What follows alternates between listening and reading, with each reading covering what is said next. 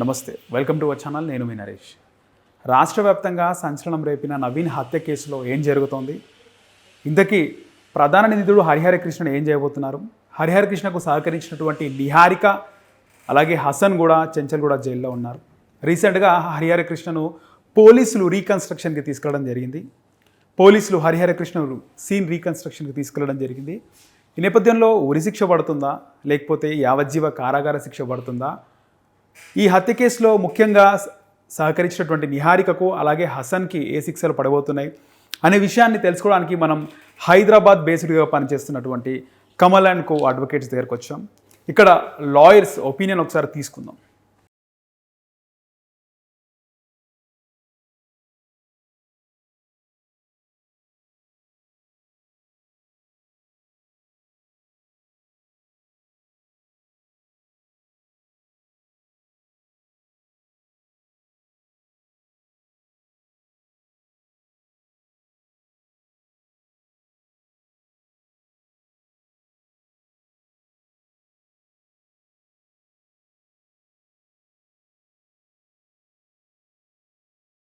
నమస్తే, welcome to our channel. నేను మీ నరేష్.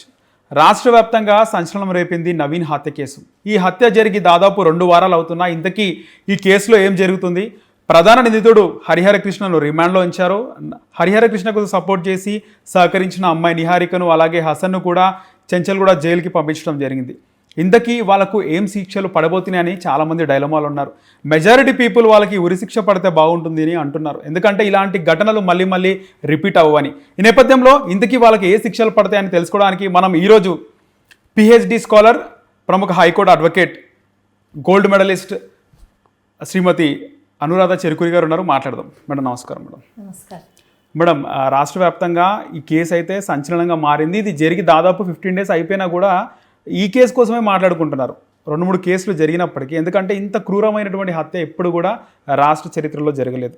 మీ analysis ప్రకారం వాళ్ళకు ఏ శిక్ష పడుతుంది మేడం? ముఖ్యంగా హరిహర కృష్ణ ఏ శిక్ష పడుతుంది అంటారు? ఫస్ట్లీ దీని గురించి మాట్లాడే కన్నా ముందు ద మోస్ట్ అన్ఫార్చునేట్ థింగ్ ఏంటంటే ఇటువంటి సంఘటనలు మన సంఘంలో జరగటం అనేది as a citizen it is all our responsibility, failure of the society to maintain certain discipline.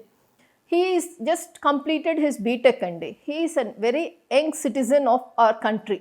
అతను ఈ సంఘటన చేసింది it is not just murder అండి. అతను చేసింది ఓన్లీ మర్డర్ కాదు, it is a brutal murder. అంటే ఇప్పుడు మర్డర్లో సడన్ అండ్ గ్రేవ్ ప్రొవకేషన్లో కూడా చంపుకున్న సందర్భాలు ఉంటాయి, లేకపోతే సెల్ఫ్ డిఫెన్స్లో చంపుకునే సందర్భాలు ఉంటాయి. బట్ ఈ విషయంలో మీడియా వాళ్ళు చెప్పిన దాని ప్రకారం కానీ మిగతా మెటీరియల్ ఆన్లైన్ అవైలబుల్ దాని ప్రకారం కానీ అతని గర్ల్ ఫ్రెండ్ అయిన నిహారిక ఆవిడకి ఆల్రెడీ ఒక కత్తి కొని గ్లౌజులు కొని అతను he is planning this murder అని చెప్పడం జరిగింది. చెప్పిన తర్వాత దాన్ని in accordance with that he has invited నవీన్ని పిలిచారు. పిలిచిన తర్వాత ఆ అబ్బాయిని ఇతను అందరూ కలిసి they had a good dinner. తర్వాత తన బండి మీద ఎక్కించుకొని ఒక ఐసోలేటెడ్ సిచ్యువేషన్కి తీసుకెళ్ళి చంపటానికి వీళ్ళిద్దరి మధ్య వ్యక్తిగత కక్షలు కూడా ఏమీ లేవు. బట్ హరిహర కృష్ణ ఒక మైండ్ సెట్ని నేను ఇందులో చాలా ఫోకస్డ్గా అబ్జర్వ్ చేసింది ఏంటంటే చంపి ఊరుకోలేదు అతను. అతను తలకాయ వేరుగా చేసేయటం, అతను చనిపోయిన నవీన్ వేలు కట్ చేయటం, జెనైటల్స్ కట్ చేయటం అనేది ఇట్ షోస్ హిస్ పర్వర్టెడ్నెస్. అతనికి దేని మీద ఆగ్రహం, అతనికి దేని మీద కోపం, ఏ పరిస్థితుల్లో అతను ఇంత బ్రూటల్గా మర్డర్ చేయాల్సి వచ్చింది? ఇండియన్ పీనల్ కోడ్ ప్రకారం అయితే సెక్షన్ 302కి మర్డర్కి లైఫ్ ఇంప్రిజన్మెంట్ కానీ లేకపోతే capital punishment that is death penalty కానీ అలాంగ్ విత్ ఫైన్ ఇంపోజ్ చేయటం జరుగుద్ది. బట్ మీరు అడిగిన క్వశ్చన్ ఏంటి అంటే అతనికి ఏ రకమైన పనిష్మెంట్ పడవచ్చు అని. మామూలుగా మర్డర్కి అయితే అదే డెత్ పెనాల్టీ కూడా పడవచ్చు. ఈ కేసులో నా పర్సనల్ ఒపీనియన్ ఏంటంటే it is not just a murder but it comes under the ambit of rarest of the rare case. మీరన్నట్టు ఇంతకు ముందు గతంలో ఎప్పుడు ఇలాంటివి జరగలేదు అని జరిగినాయి. ఫర్ ఎగ్జాంపుల్ శ్రద్ధ మర్డర్ కేసులో కూడా అతను అక్కడ అక్యూజ్డ్ 32 పీసెస్ అమ్మాయిని 32 ముక్కలుగా చేసి ఫ్రిడ్జ్లో పెట్టి కొన్ని నెలల పాటు కొద్ది కొద్దిగా డిస్పోజ్ చేయటం మొదలుపెట్టారు. సో సొసైటీలో అక్కడక్కడ జరుగుతూ ఉన్నాయి. కానీ ఒకళ్ళు చూసి ఒకళ్ళు ఇది చేయటం జరుగుతుంది. What is that is making them so liberal? అంటే అతనికి ఆలోచన లేదా, అతనికి శిక్ష పడుతుంది అని భయం లేదా? ఉంది. కానీ శిక్ష పడినా కూడా నేను బయటికి రాగలుగుతాననే ధీమా అతనికి ఏమొచ్చింది అనేది ఇందులో ఆలోచించుకోవాల్సిన విషయం ఇది. సో నా ఉద్దేశం ఏంటంటే ఇలాంటి సంఘటనల్లో క్యాపిటల్ పనిష్మెంట్ ఎప్పుడు అయినా డిటరెంట్గా ఉంటుంది. మన ఇండియాలో థియరీస్ ఆఫ్ పనిష్మెంట్స్లో మామూలుగా అయితే 4 థియరీస్ ఆఫ్ పనిష్మెంట్స్ ఉన్నాయి. బట్ మన ఇండియా అడాప్ట్ చేసుకుంది రిఫార్మేటరీ థియరీ. అంటే ఒక మనిషికి గనక రీహాబిలిటేట్ చేసి రీఫార్మ్ అయ్యి అతను మంచి సిటిజన్గా గనక మన సొసైటీలో ప్రొడ్యూస్ చేయగలిగితే అదే మన ఒక జయం కింద భావిస్తున్నారు. దీని మీద జస్టిస్ కృష్ణయ్యర్ గారు కూడా ఎన్నోసార్లు he has advocated on the theory of reformative. ఎందుకంటే ఒక మనిషికి రీఫార్మ్ అయ్యే ఛాన్స్ ఉంటే ఇవ్వమని, క్యాపిటల్ పనిష్మెంట్ పడితే మిగతా యువకులకు కానీ మిగతా సిటిజన్స్ కానీ ఒక డిటరెంట్గా ఉంటుంది. అసలు పనిష్మెంట్ అనేది ఎందుకు ఇస్తాము? ఒక వ్యక్తి తప్పు చేశాడని ఇస్తాము. ఇంకొక మిగతా పబ్లిక్కి కూడా ఈ చేసిన తప్పుకి శిక్ష వేశారు, శిక్ష వేయటం అంత డిటరెంట్గా ఉంటే ఇట్ విల్ ప్రివెంట్ దెమ్, వాళ్ళని కూడా ఫర్దర్గా మళ్ళీ ఇలాంటి తప్పులు మిగతా వాళ్ళు చేయకుండా ఉండటానికి మనం పనిష్మెంట్ అనేది ఇస్తాం. ఇప్పుడు ఈ కేసులో క్యాపిటల్ పనిష్మెంట్ ఇస్తే ఎందుకు బెటర్ అని చెప్తున్నానంటే the way he has committed the offence proves his brutality. అతను రీఫార్మ్ అవటానికి ఛాన్సెస్ అనేది చాలా తక్కువ కనిపిస్తున్నాయి. ఇది నా పర్సనల్ ఒపీనియన్. ఇండియాలో క్యాపిటల్ పనిష్మెంట్ అనేది కంప్లీట్గా తీసివేయబడలేదు ఎక్కడా కూడా. రీసెంట్గా మనకి ఒక జనరల్ అసెంబ్లీ రెజల్యూషన్ ఒకటి వచ్చిందండి, విచ్ ఇస్ ఆ రెజల్యూషన్ నెంబర్ వచ్చి 77/222. It was adopted and I think 15th December 2022లో. అందులో ఏమన్నారు, మొరటోరియం ఆన్ డెత్ పెనాల్టీ అన్నారు. మొరటోరియం అంటే సస్పెన్షన్, అంటే డెత్ పెనాల్టీ ఇంకా అమల్లో ఉండకూడదు అని. మన ఇండియన్ గవర్నమెంట్ ఒప్పుకోలేదు, మొరటోరియం ఆన్ డెత్ పెనాల్టీ ఒప్పుకోలేదు when it came up with the resolution. ఎందుకని? మొరటోరియం ఆన్ డెత్ పెనాల్టీ అంటే మన లాస్లోనే ఫర్ ఎగ్జాంపుల్ ఐపీసీలో 11 అఫెన్సెస్ ఉన్నాయి for which death penalty is awarded as punishment. And apart from that మా సావర్నిటీని మనం వదులుకున్నట్టు. ఇప్పుడు ఈ రెజల్యూషన్ని కనుక సైన్ చేసి ఒప్పుకుంటే కనుక సావర్నిటీ అంటే we have the right to make our own laws and also to prescribe our own punishments అనమాట. సో యునైటెడ్ నేషన్స్లో జనరల్ అసెంబ్లీ రెజల్యూషన్ని ఇండియా ఒప్పుకోలేదండి. అట్లాగే కూడా the constitutional validity of capital punishment was challenged in some other cases. For example in Jagmohan Singh was the state of UP, Rajgopal was the state of Uttar Pradesh అండి, UP అంటే Uttar Pradesh, and Bachan Singh was state of Punjab. ఇందులో constitutional validity of capital punishment was challenged అండి, but supreme court upheld that it is constitutionally valid. So capital punishment invalid అని కాదు, అసలు వేయకూడదు అని కాదు, కానీ క్యాపిటల్ పనిష్మెంట్ ఎప్పుడు వేయొచ్చు అనే ప్రస్తావనకు తీసుకొస్తే ఒక డాక్ట్రిన్ వచ్చిందండి.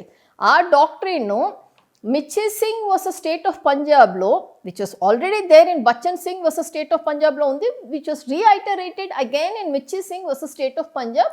ఈ rarest of the rare case అని ఒక డాక్ట్రిన్ని తీసుకురాబడ్డారు. డాక్ట్రిన్ అంటే ఒక ప్రిన్సిపల్. ఈ rarest of the rare case అంటే ఏ సందర్భాల్లో మర్డర్ కూడా ఒక బ్రూటల్ మర్డర్, ఒక హీనియస్ క్రైమ్, ఒక ఆ చేసిన విధానం, ఆ చేసిన పరిస్థితులని పరిక్రమలో తీసుకొని అది రేరెస్ట్ ఆఫ్ ది రేర్ కేస్గా పెట్టి దానికి క్యాపిటల్ పనిష్మెంట్ ఇంపోజ్ చేయగలుగుతారు అని. సో ఫర్ ఎగ్జాంపుల్ అండి, ఇప్పుడు ఇండియా ఇండిపెండెన్స్ వచ్చిన తర్వాత India has retain certain laws on CrPC, criminal procedure code, అప్పుడు అది 1898, అండ్ ఆల్సో ఐపీసీ అది 1860. ఇప్పుడు దేర్ వాస్ ఒక స్మాల్ ఎగ్జాంపుల్ చెప్తున్నాను. షిఫ్ట్ ఆఫ్ యాటిట్యూడ్ ఎట్లా జరిగింది, మనకి మారే కొద్దీ సంఘం మారే కొద్దీ యాటిట్యూడ్ అని. There was one section 367 subsection 5 in CRPC, criminal procedure code 1898లో. అందులో ఏంటంటే సపోజ్ ఒక అఫెన్స్కి కనుక డెత్ పెనాల్టీ ఇవ్వాలి అంటే నువ్వు డెత్ పెనాల్టీ ఇవ్వకపోతే నువ్వు రీజన్స్ మెన్షన్ చేయాలి. ఎప్పుడు ఇండిపెండెన్స్ అప్పుడు మనం తీసుకున్నప్పుడు డెత్ పెనాల్టీ ఇంపోజ్ చేయకపోతే రీజన్స్ మెన్షన్ చేయాలి. అఫ్ కోర్స్ ఆ సెక్షన్ 367 సబ్సెక్షన్ 5 వాస్ రిపీల్డ్ 1955లో, అది రిపీల్ చేశారు. తర్వాత మన క్రిమినల్ ప్రొసీజర్ కోడ్ 1973లో అమెండ్ అయ్యింది. ఆ అమెండ్ అయిన తర్వాత ఒక సెక్షన్ వచ్చింది 354 సబ్సెక్షన్ 3. దాని ప్రకారం నువ్వు క్యాపిటల్ పనిష్మెంట్ ఇంపోజ్ చేస్తే రీజన్స్, స్పెషల్ రీజన్స్ మెన్షన్ చేయాలి. అక్కడేమో క్యాపిటల్ పనిష్మెంట్ అంటే డెత్ పెనాలిటీ ఇంపోజ్ చేయకపోతే రీజన్స్ మెన్షన్ చేయాలి. ఇప్పుడేమో క్యాపిటల్ పనిష్మెంట్ డెత్ పెనాల్టీ వేస్తే రీజన్స్, స్పెషల్ రీజన్స్ మెన్షన్ చేయాలి. ఇట్ ఈస్ సంథింగ్ లైక్ అది కొంచెం నేరో చేసింది. క్యాపిటల్ పనిష్మెంట్ ఎట్లా పడితే అట్లా ఇవ్వటానికి లేదు, రేరెస్ట్ ఆఫ్ ది రేర్ కేసెస్లో మాత్రమే ఇవ్వబడుతుంది. దానికి కూడా సెక్షన్ 354 సబ్సెక్షన్ 3 ఆఫ్ సిఆర్పిసి ప్రకారం స్పెషల్ రీజన్స్ రికార్డ్ చేసి ఇవ్వాలని. అయితే క్యాపిటల్ పనిష్మెంట్ ఎవరు ఇవ్వచ్చు? మేడం ఈ కేసులో అలాగే హరిహర కృష్ణకు సపోర్ట్ చేసి అంటే అమ్మాయి విచారణలో చెప్పింది మీరు కూడా వినిండొచ్చు. కాకపోతే ముఖ్యంగా అమ్మాయి ఒకవేళ అమ్మాయికి ఉంది ఆపగలిగే అవకాశం, కానీ అమ్మాయి ఆపలేకపోయింది. హసన్ కూడా హరిహర కృష్ణకు సపోర్ట్ చేసిండు, పోలీసులకు చెప్పేది ఉండే అని చెప్పేసి ఒకటి ఉంది మేడం. వాళ్ళిద్దరిని కూడా రిమాండ్కి పంపించారు. సో వాళ్ళకు ఎలాంటి శిక్ష పడుతుంది అంటారు మేడం? యా, ఇప్పుడు ఈ హసన్ అనే వ్యక్తి నేరం చేశాడు హరిహర కృష్ణ అని తెలిసి కూడా చెప్పలేదు చూడండి. దాన్ని హార్బరింగ్ ఆఫ్ అఫెన్స్ అంటారు. సెక్షన్ 212 ఆఫ్ ఐపీసీ ప్రకారం అతనికి అందులో శిక్ష పడుతుంది. 5 ఏళ్ళ వరకు శిక్ష పడవచ్చు. అతను ఎందుకంటే తెలిసి కూడా అతను వెంటనే పోలీసులకి చెప్పలేదు. సో అతను కూడా శిక్ష పడే అవకాశాలు కాదు, హార్బరింగ్ ఆఫ్ అఫెన్స్ కింద.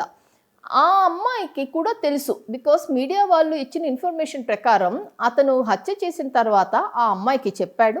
చెప్పిన తర్వాత ఆ అమ్మాయి ఎందుకు ఇట్లా చేశావు, వేరే రకంగా మాట్లాడుకొని సెటిల్ చేసుకోవచ్చు కదా అని చెప్పేసి 1500 రూపాయలు అతనికి ఇవ్వటం జరిగింది. అతను అక్కడి నుంచి వరంగల్లో ఖమ్మమ్మో ఏదో వెళ్ళటం జరిగింది. 2-3 రోజుల తర్వాత ఇది మరీ పైకి వస్తుంది, మీడియా అందరూ కంప్లైంట్స్ ఫైల్ చేస్తున్నారు, వాళ్ళకి సంబంధించిన వాళ్ళు, నవీన్కి సంబంధించిన వాళ్ళు అని తెలిసిన తర్వాత వచ్చి సరెండర్ అయ్యాడు అతను.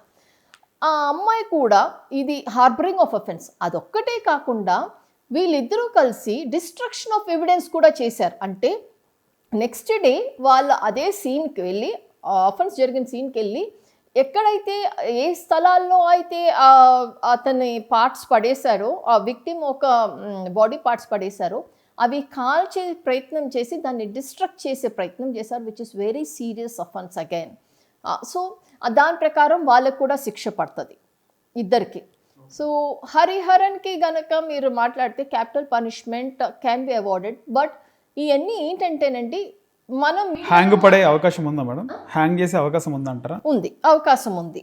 కానీ ఇవన్నీ ఏంటంటే the evidence which is placed on the bench. ఇప్పుడు కోర్టుల మధ్య పెట్టే ఎవిడెన్స్ పెట్టిన తర్వాత ఎంతవరకు సాక్షులు దానికి చెప్పగలుగుతారు, ఎంతవరకు ప్రూవ్ చేయగలుగుతారు అని. ఫర్ ఎగ్జాంపుల్ నేను సరెండర్ అయ్యాను, నాకు శిక్ష పడదు అని చెప్పటం అనేది అది ఇట్ ఇస్ నాట్ కరెక్ట్ అండి. బికాస్ 2008లో Shivaji alias Dadiya Shankar versus state of Maharashtra ఒక కేసు జరిగిందండి. అందులో సర్కమ్స్టాన్షియల్ ఎవిడెన్స్ బేస్ చేసుకొని ఆనరబుల్ సుప్రీం కోర్టు వారు capital punishment death penalty impose చేశారు అక్యూజ్డ్కి. సో అతనికి డెత్ పెనాల్టీ వచ్చే అవకాశాలు ఉన్నాయి. Keeping in purview that this is one among the rarest of the rare cases. ఇంకో కేసు కూడా ఉందండి, Prajit Kumar Singh versus state of బీహార్లో మర్డర్నే గనక బ్రూటల్గా, అంటే ఒక సొసైటీలో ఒక ఎజిటేషన్ క్రియేట్ చేసేంత విధంగా గనక ఒక మర్డర్ని చేస్తే అది కేవలం మర్డరే కాదు, ఆ murder which comes under the rarest of the rare doctrine అని చెప్పేసి Prajit Kumar Singh versus state of బీహార్లో చెప్పడం జరిగిందండి. ఈ మధ్యకాలం మీరు చూసుంటే ఫుడ్ అడల్ట్రేషన్ చాలా ఎక్కువ అయిపోయిందండి. ప్రతి పండులో తినే ప్రతి పదార్థంలో కూడా అన్ని కెమికల్స్ కలపబడుతున్నాయి. ఎప్పుడైతే కెమికల్స్ కలపబడతాయో ఆ కెమికల్స్ మామూలుగా ఉన్న మనుషుల్లో హార్మోన్స్ని టెంపర్ చేస్తున్నాయి. చేసిన తర్వాత వాళ్ళకి ఆలోచించుకునే శక్తి తగ్గిపోతుంది. ఇప్పుడు గతంలో మనకి జాయింట్ ఫ్యామిలీస్ ఉన్నాయి, ఇప్పుడు న్యూక్లియర్ ఫ్యామిలీస్లో ఇద్దరు కూడా కలిపి ఒక రూఫ్ కింద ఉండలేని పరిస్థితి. ఒకరిని ఇనే ఒక పేషెంట్స్ కూడా ఉండట్లేదు. అంత ఇరిటేషను, ఇంపేషెన్స్, అంత మనిషికి ఎనర్జీ లెవెల్స్ చాలా లో అయిపోయి. So food adulteration also contributes majorly for such things అండి. అండ్ ఇంకొకటి ఏంటంటే యాజ్ ఎ సొసైటీ మనం మన మధ్య ఉన్న ఒక వ్యక్తి ఇలాంటి పరిస్థితికి గురవుతున్నాడు అంటే what can be the reason?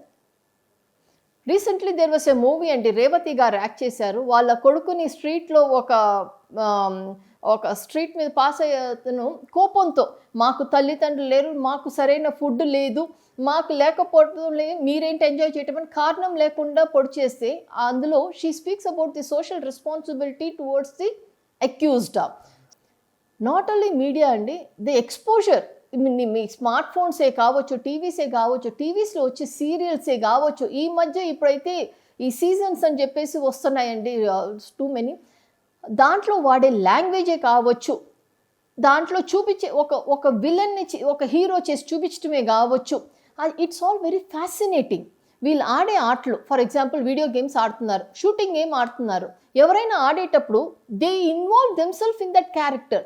వాళ్ళందరూ ఇన్వాల్వ్ అయిపోతూ ఉంటారు ఆ షూటింగ్ గేమ్లో, as if he's shooting, he's there in that particular, he's identifying himself with the character in that video game or whatever it is. So దానివల్ల ఏమవుద్ది, they enjoy that shooting, ఆ చంపుకోవటం, ఆ రక్తం, అది ఎంజాయ్ చేస్తున్నారు. When it comes to the practical life, విచక్షణ జ్ఞానాన్ని కోల్పోతున్నారు. ఎడ్యుకేషన్ సిస్టంలో there must be some portion of spirituality. ఎక్కడైనా సరే అది రిలీజియన్కి సంబంధం లేకుండా ఓవరాల్ పర్సనాలిటీ డెవలప్మెంట్ని కూడా ఫోకస్ చేసి ఎడ్యుకేషన్ ఇస్తే గనక ఒక మనిషి ఇంకొక మనిషి ప్రాణాన్ని తీసే కన్నా ముందు ఆలోచించుకునే శక్తి కూడా ఇవ్వగలుగుద్ది. మేడం, ఫైనల్గా ఇలాంటి కేసెస్లో, అంటే ఇలాంటి కేసులు ఇట్లా అమ్మాయిలు కానీ అబ్బాయిలు కానీ ఒక అమ్మాయి కోసం అబ్బాయిని చంపడం కానీ ఇలాంటి ఘటనలు మళ్ళీ చోటు చేసుకోవద్దు సొసైటీలో అంటే మీరు ఏం చెప్తారు మేడం? ఎలా పేరెంట్స్ కౌన్సిలింగ్ ఇవ్వాలంటారా, లేకపోతే ఎవరు చెప్తే ఇలాంటి ఘటనలు ఆగిపోతాయి అంటారు? పేరెంట్స్ విషయానికి వస్తేనండి, పేరెంట్స్ కౌన్సిలింగ్ ఇస్తే ఈయనే పిల్లలు ఉండాలి. ఏ పిల్లలు, ఫర్ ఎగ్జాంపుల్ ఈ కృష్ణలో ఈ విషయంలో హరిహర కృష్ణ పేరే చూశారు. ఇప్పుడు ప్రతి తల్లిదండ్రులు వాళ్ళ బిడ్డలు బాగుంటారనే కోరుకుంటారు, బాగోవాలనే వాళ్ళు జీవితంలో కష్టపడతారు. తల్లి ఒడిలోంచి బడిలోకి వెళ్తున్నారండి. ఒకటి నేర్చుకునేది తల్లి ఒడి, నెక్స్ట్ వాళ్ళు నేర్చుకునేది బడి అంటే school place such a prime role, because prime age, a brain develop అయ్యే సిచ్యువేషనే కానీ, లేకపోతే ఎక్స్పోజర్ టు అదర్ స్టూడెంట్సే కానీ, లేకపోతే టీచర్సే కానీ, ఇదంతా స్కూల్లోనేనండి. స్కూల్లో ఎడ్యుకేషనల్ సిస్టంలో there must be parallelly personality development ఉండాలి. పర్సనాలిటీ డెవలప్, సో తల్లిదండ్రులు కౌన్సిలింగ్ చేస్తారు, తల్లిదండ్రులు ఫోన్ని కొంచెం మానిటర్ చేయాలి అని చెప్తాం. కానీ పార్న్ మూవీస్ ఉన్నాయండి, లేకపోతే వీడియో గేమ్స్ ఉన్నాయి. కుదిరినంత వరకు ఒక 6 ఏళ్ళు 7 ఏళ్ళు 10 ఏళ్ళ వరకు తల్లిదండ్రుల చేతుల్లో ఉంటారు. తర్వాత తల్లిదండ్రుల చేతుల్లో ఇది ఉండదండి. They are going beyond the ambit. ఏ తల్లిదండ్రులు పిల్లలు చెడిపోవాలని కోరుకోరు. సో ఈ పార్న్ మూవీస్ అన్ని, ఫర్ ఎగ్జాంపుల్ ఇప్పుడు చైనా ఉందండి, దే హ్యావ్ ఎ బ్యాన్. ఇంతవరకు ఇది చూడొచ్చు, ఇంతవరకు ఇది చూడొచ్చు, ఇంతవరకు. మనకి ఇండియాలో ఉన్నాయి porn movies above the age, మీరు ఈ ఏజ్ అయితే ఇది చూడటానికి లేదు, అబౌవ్ దిస్ ఏజే చూడాలి అని చెప్పేసి కూడా ఉన్నాయి యాక్చువల్లీ అయితే. బట్ అవేమి స్ట్రిక్ట్గా లేవే. ఇది అగ్రివేట్ కాకుండా చూసుకోవాలి అంటే పనిష్మెంట్స్ కొంచెం డిటరెంట్గానే ఉండాలి. అండ్ వెరీ ఇంపార్టెంట్ ప్రిన్సిపల్ ఏంటంటే సర్టనిటీ ఆఫ్ పనిష్మెంట్ ఉండాలి. సర్టనిటీ ఆఫ్ పనిష్మెంట్ అంటే, ఫర్ ఎగ్జాంపుల్ మన క్రిమినల్ లాలో ఒక కొటేషన్ ఉందండి, a person is presume to be innocent until the guilt is proved. లేకపోతే 100 మంది నేరస్తులు తప్పించుకోవచ్చు కానీ ఒక అమాయకుడికి కూడా శిక్ష పడకూడదు అని. ఇంకొకటి ఏముంది, బెనిఫిట్ ఆఫ్ డౌట్ అని. క్రిమినల్ లాలో 99 పాయింట్లు ప్రూవ్ చేసి 1 పాయింట్లో ప్రూవ్ చేయకపోతే నువ్వు ఎస్కేప్ అవ్వగలుగుతావు అన్న లూప్ హోల్ ఇస్తే ప్రతి ఒక్కరు ఆ 1 లూప్ హోల్ నుంచే they will try to get out of it. So certainty, ఇది శిక్ష చేశారు సర్టన్గా పనిష్మెంట్ పడుతుంది. అండ్ ఇంకోటి, there's another one, justice delayed is justice denied అని. అది సంవత్సరాల కొద్దీ వెళ్తే ఇంకా దానికి శాంక్టిటీ ఉండదు ఆ పనిష్మెంట్కి. పనిష్మెంట్ కూడా వీటిలో అట్లా special cases fast track courts ఉంటాయి అనుకోండి, సర్టన్గా పనిష్మెంట్ పడిపోద్ది, నేను తప్పించుకునే దారి లేదు అనే ఒక భయాన్ని కల్పిస్తే మిగతా వాళ్ళని అలాంటివి చేయకుండా ప్రివెంటివ్ మెషర్ కింద ఉపయోగపడుతుందండి.